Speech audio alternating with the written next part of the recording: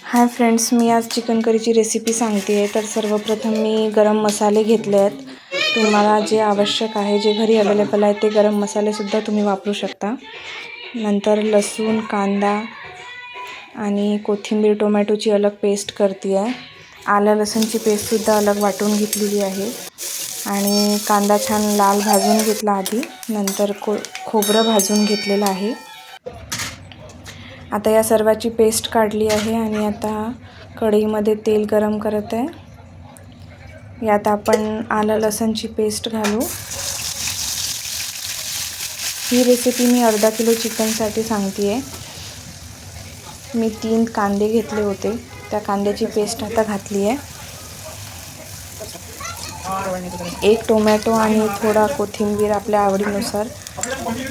Tomato आणि कोथिंबीरची सुद्धा paste काढली। बघा आता तेल सुटलं आहे कांद्याला, कांदा छान लाल झाला आहे। आता बघा टर्मरिक, हळद, 2 चमचे धने पावडर, 2 चमचे लाल तिखट। मी अंबारीचं तिखट वापरते आहे, तुम्ही तुमच्या आवडीनुसार लाल तिखट मॅनेज करू शकता, पण चिकन हे झणझणीतच जरा छान वाटतं। लाल तिखट थोडं तेलात छान परतून घ्यायचं। तिखट छान शिजलं तेलामध्ये तरच त्याला छान कट येतो, भाजीला छान कलरही येतो। आता गरम मसाला वाटला होता, तो गरम मसाला घेतला आहे आणि खोबरंसुद्धा त्यात ॲड केलं आहे। तर हे छान परतून घ्यायचं आहे। थोडं एकजीव झालं की छान टेस्ट येते। खोबरं मी आधी भाजून घेतलं होतं, त्यामुळे मी सगळ्यात शेवटी ते ॲड केलं, फक्त मिक्स करायचं होतं। आता थोडं मीठ घालते आहे। मीठ थोडं कमीच घातलं आहे, कारण मी आधी चिकन थोडं वाफवून घेतलं, त्यामुळे तेव्हा त्यात मीठ घातलेलं। आणि आता कोथिंबीर आणि टोमॅटोची पेस्ट घालते आहे।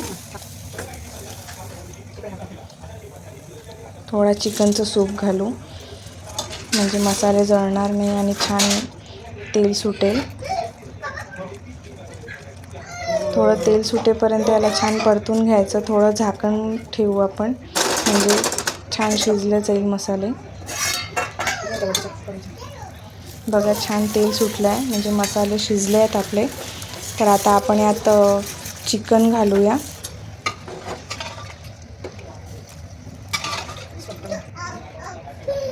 चिकन घातलं आणि सूपसुद्धा घातलं आहे चिकनसोबत।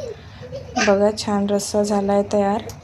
थोडी उकळी येऊ देऊ, उकळी आल्यानंतर एव्हरेस्टची कसुरी मेथी घालते आहे मी।